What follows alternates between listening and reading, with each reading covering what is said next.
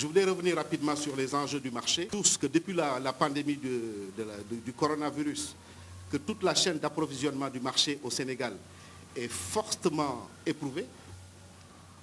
La chaîne logistique est éprouvée. Les coûts de transport ont subi une hausse, nous le savons tous. Les coûts de location de conteneurs ont subi une hausse. On a même vu une certaine raréfaction des conteneurs. Il est de plus en plus difficile de convoyer des bateaux partout dans tous les ports du monde. Donc, la crise sanitaire a installé tous les pays du monde dans une situation de difficulté extrême. Donc, notre pays ne pouvait pas faire une exception.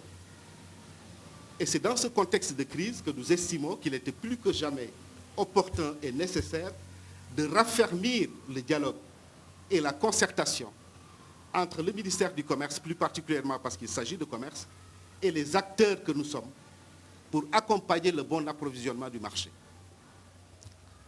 Si ce dialogue et cette concertation n'ont pas eu lieu, c'est parce que quelqu'un y a eu intérêt. Et c'est la question que nous nous posons.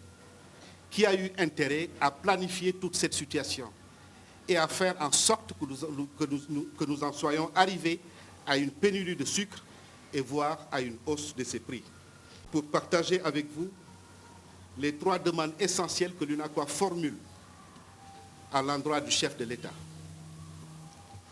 Nous estimons que cette pénurie ne devrait pas persister parce que le Sénégal a les moyens d'approvisionner son marché et que nous demandons au chef de l'État de procéder dans les meilleurs délais à un arbitrage effectif de la situation entre l'UNACOIS et le ministère du Commerce pour que le marché retrouve son fonctionnement normal et notamment sur la question de l'approvisionnement des denrées de première nécessité et plus spécifiquement sur le sucre. Nous demandons au chef de l'État de clarifier définitivement la situation du marché du sucre au Sénégal.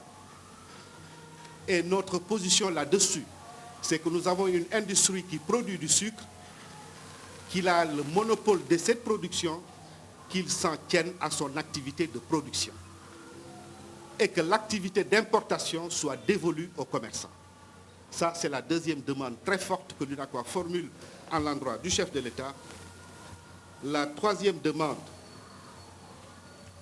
nous estimons également que l'État doit se donner les moyens de tirer au clair cette situation tendue, difficile, mais extrêmement nébuleuse qu'on nous a créée de toutes pièces pour établir les responsabilités et procéder aux sanctions nécessaires. Voilà la teneur de la déclaration que je voudrais porter à votre connaissance.